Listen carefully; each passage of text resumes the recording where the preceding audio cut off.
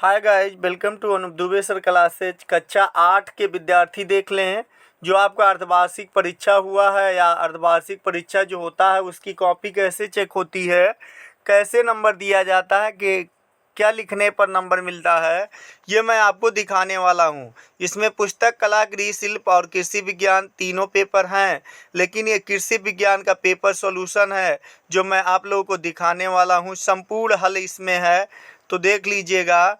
कृषि विज्ञान देखिए, कृषि विज्ञान के प्रश्न पूछे गए थे। मौसम के आधार पर फसलें कितने प्रकार की होती हैं, वायु दाब मापने के लिए किस यंत्र का प्रयोग करते हैं। कुल 5 प्रश्न आपको करना था, जो 10-10 नंबर का प्रश्न है। 10-10 नंबर का करना था, एक प्रश्न का 10 नंबर उत्तर आपका जो है। आइए हम इनका उत्तर देखते हैं, जो कॉपी में एक बच्चे द्वारा लिखा गया है। अमन चौधरी ने इसको लिखा, देखिए कैसे लिखा है, ये भी देख लीजिए। इनको 50 में जो है 49 नंबर मिले हैं। देखिए प्रश्न इन्होंने पूछा गया इनसे कि मौसम के आधार पर फसलें कितने प्रकार के होते हैं, तो इन्होंने बताया कि मौसम के आधार पर फसलें जो होती हैं 3 प्रकार के होते हैं।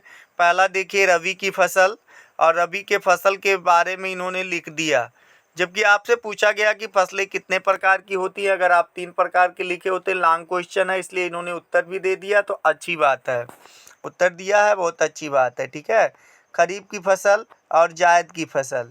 ठीक, तो एक एक करके इन्होंने लिखा है। देखिए यहाँ पे देखिए जायद की फसल के बारे में इन्होंने क्या लिखा है। रबी की फसल जैसे गेहूं को बोने का उचित समय, रबी की फसल क्या होती है, गेहूं है। गेहूं को बोने का उचित समय ठंडी का महीना होता है। और देखिए इस समय धान कट रहा और गेहूं बोया जाएगा। ठीक है, धान कटने के बाद क्या होगी, गेहूं की बुआई होगी। खरीफ की फसल जैसे धान है, धान की फसल के लिए अधिक गर्मी, अधिक पानी तथा उपजाऊ दोमट मिट्टी होनी चाहिए। धान गर्मी के महीने में बोई जाती है और हल्की हल्की ठंडी यानी अक्टूबर तक काट ली जाती है। तो देखिए अक्टूबर नवंबर का महीना चल रहा है, इसमें जो है आपका जो है धान कट रहा है। अक्टूबर से नवंबर तक कट जाएगा आपका सभी लोगों का। ठीक है, नवंबर तक तो पूरा कट जाता है, अक्टूबर के आखिरी तक फसलों को काट लेते हैं।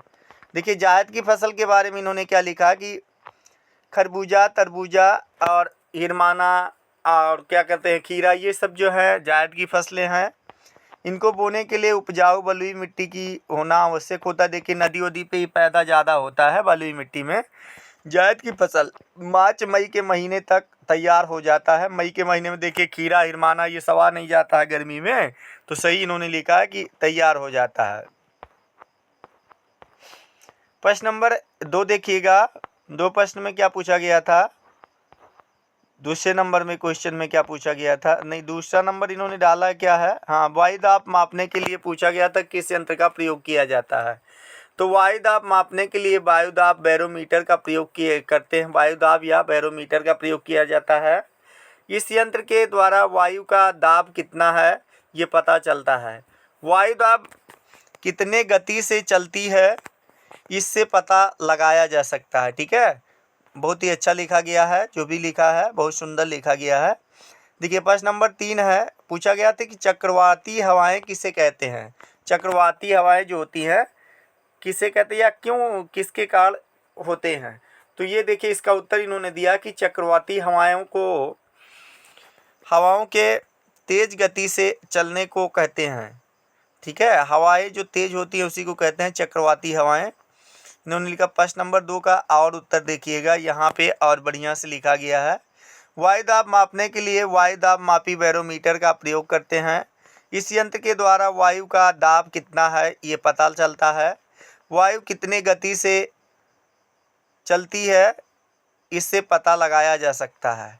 देखिए तीसरा नंबर क्वेश्चन पूछा गया था कि चक्रवाती हवाएं चलने के क्या कारण हैं। ये था प्रश्न। उत्तर देखिएगा, चक्रवाती हवाओं के तेज गति से चलने को कहते हैं। चक्रवाती हवाएं जो होती हैं हवाओं के तेज गति से चलने को चक्रवाती हवाएं कहते हैं। ठीक है, दूसरा नंबर पूछा गया था वायु दाब मापने के लिए किस यंत्र का प्रयोग करते हैं, तो ये है उसका उत्तर, क्वेश्चन भी लिख दिया गया है। तीसरा नंबर चक्रवाती हवाएं हो गया।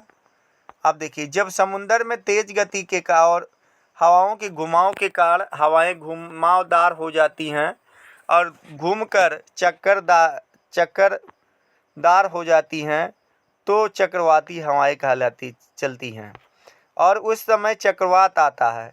जब समुद्र में चक्रवात या तूफान आने वाला होता है तो थोड़ा जूम कर देते हैं, पता चल तो ठंडी ठंडी तूफानी चक्रवाती हवाएं चलती हैं।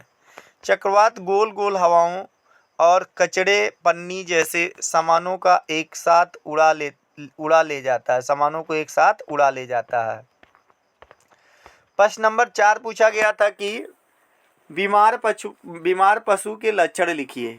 क्या प्रश्न है? 4 नंबर पूछा गया, ऊपर देखिएगा। प्रश्न में पूछा गया कि बीमार पशु के लक्षण लिखिए। तो इन्होंने देखिए इसमें क्या लिखा है।